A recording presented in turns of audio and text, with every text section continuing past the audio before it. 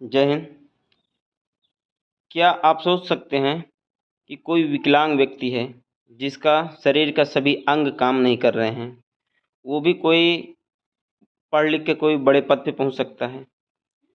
ये जो आप तस्वीर देख रहे हैं, इसमें एक विकलांग व्यक्ति है जिसने अपने माता पिता और शिक्षकों और खुद के दम पे मेहनत किया, पढ़ा लिखा यूपीएससी क्लियर किया और ये डिप्टी कलेक्टर बन चुके हैं।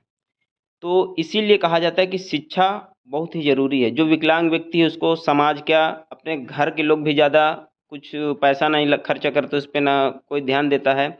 लेकिन ये अब पढ़ लिख चुके हैं, खुद के दम पे कुछ कर चुके हैं। अब इनको सब सुनेंगे, रिश्तेदार भी पूछेंगे, सब पूछेंगे। इसीलिए कहा जाता है शिक्षा बहुत ही ज़रूरी है। एजुकेशन के दम पे आप कुछ भी कर सकते हैं। जो आपको पूछता नहीं है वो भी आपको आकर पूछेगा, आपका रिस्पेक्ट करेगा। इसीलिए कहा जाता है कि शिक्षा हमारे लिए ज़रूरी है। तो इन्होंने इतना मेहनत किया, कलेक्टर तक बन गए, तो आप तो पूरे शरीर से ठीक ठाक हैं, स्वस्थ हैं, तो आप क्यों नहीं कर सकते हैं। इसीलिए कहा जाता है हमारे जीवन का उद्देश्य होना चाहिए शिक्षित होना। शिक्षा, एजुकेशन, एजुकेशन बहुत ही ज़रूरी है हमारे जीवन के लिए।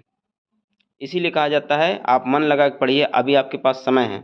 ये समय चला जाएगा, दोबारा समय नहीं आएगा, आप पढ़ नहीं पाएंगे।